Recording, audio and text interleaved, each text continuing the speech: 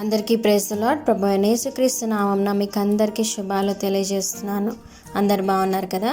ఈరోజు వాగ్దానము రోమా 15వ అధ్యాయము 13వ వచనము. సమస్త ఆనందముతోనూ సమాధానముతోనూ మిమ్మును నింపునుగాక. Amen, amen. దేవుడు మీ జీవితంలో ఈరోజు వాగ్దానం చేస్తున్నాడు ఏంటంటే, సమస్త ఆనందంతో సమస్త సమాధానంతో మీరు ఉండాలని చెప్పి దేవుడు ఆశిస్తూ ఈ వాగ్దానాన్ని ఈరోజు మీకు అనుగ్రహిస్తున్నాడు అన్నమాట. మనం పూర్తి వచనం ఒకసారి మనం చదువుకుందామా? కాగా మీరు పరిశుద్ధాత్మ శక్తి పొంది విస్తారంగా నిరీక్షణ గలవారగుటకు నిరీక్షణకర్తయగు దేవుడు విశ్వాసము ద్వారా సమస్త ఆనందముతోనూ సమాధానముతోనూ మిమ్మును నింపునుగాక. ఆమెన్. యేసయ్య పరిశుద్ధాత్మ శక్తి మీకు ఇవ్వాలని కోరుకుంటున్నాడు.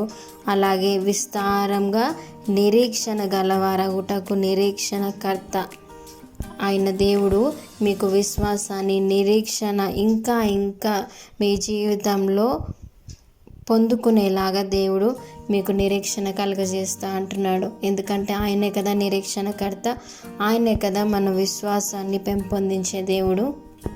ఆయన మనకి ఏవైతే మనకి గిఫ్ట్స్ ఇవ్వాలనుకుంటున్నాడో మనం ఎప్పుడు కూడా అవి పొందుకోవడానికి మనం సిద్ధంగా ఉండాలి.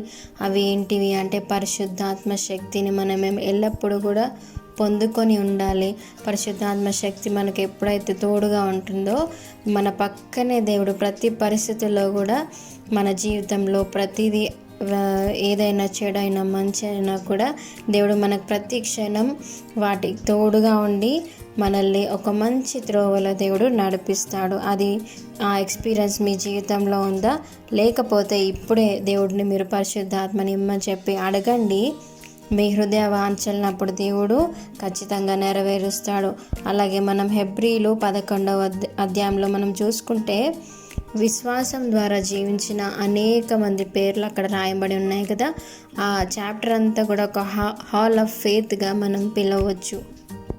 అక్కడ ఎవరి పేర్లు అయితే రాయబడి ఉన్నాయో అబ్రహాము కానీ, శారా కానీ, నోవా కానీ, హనోకు కానీ, ఇంకా యెఫ్తా కానీ, గిద్యోన్ కానీ, వాళ్ళ పేర్లు అన్నీ కూడా హెబ్రీలు 11వ అధ్యాయంలో రాయబడి ఉన్నాయి కదా. ఆ జాబితాలో వాళ్ళు ఉన్నారు అంటే వాళ్ళు ఎంత గొప్పగా దేవుని పట్ల విశ్వాసాన్ని, నిరీక్షణ కలిగి ఉన్నారో మనం ఒకసారి ఆలోచించుకోవచ్చు కదా.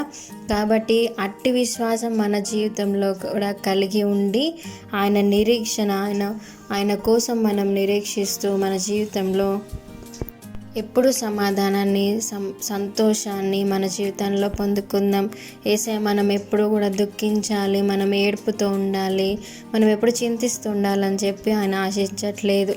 ఎప్పుడు కూడా మీరు మా బిడ్డలు కాబట్టి మీరు ఎప్పుడు కూడా సంతోష సమాధానాలతో ఉండాలని చెప్పి దేవుడు అట్టి రీతిగా ఆశిస్తున్నాడు. కాబట్టి అటువంటి ఆశీర్వాదాలు మన జీవితంలో ఎల్లప్పుడూ ఉండాలని చెప్పి నేను ప్రార్థిస్తున్నాను.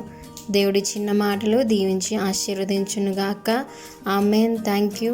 మీకు ఎవరికైనా ప్రేయర్ రిక్వెస్ట్ ఉంటే దయచేసి కామెంట్స్లో మెన్షన్ చేయండి. God bless you.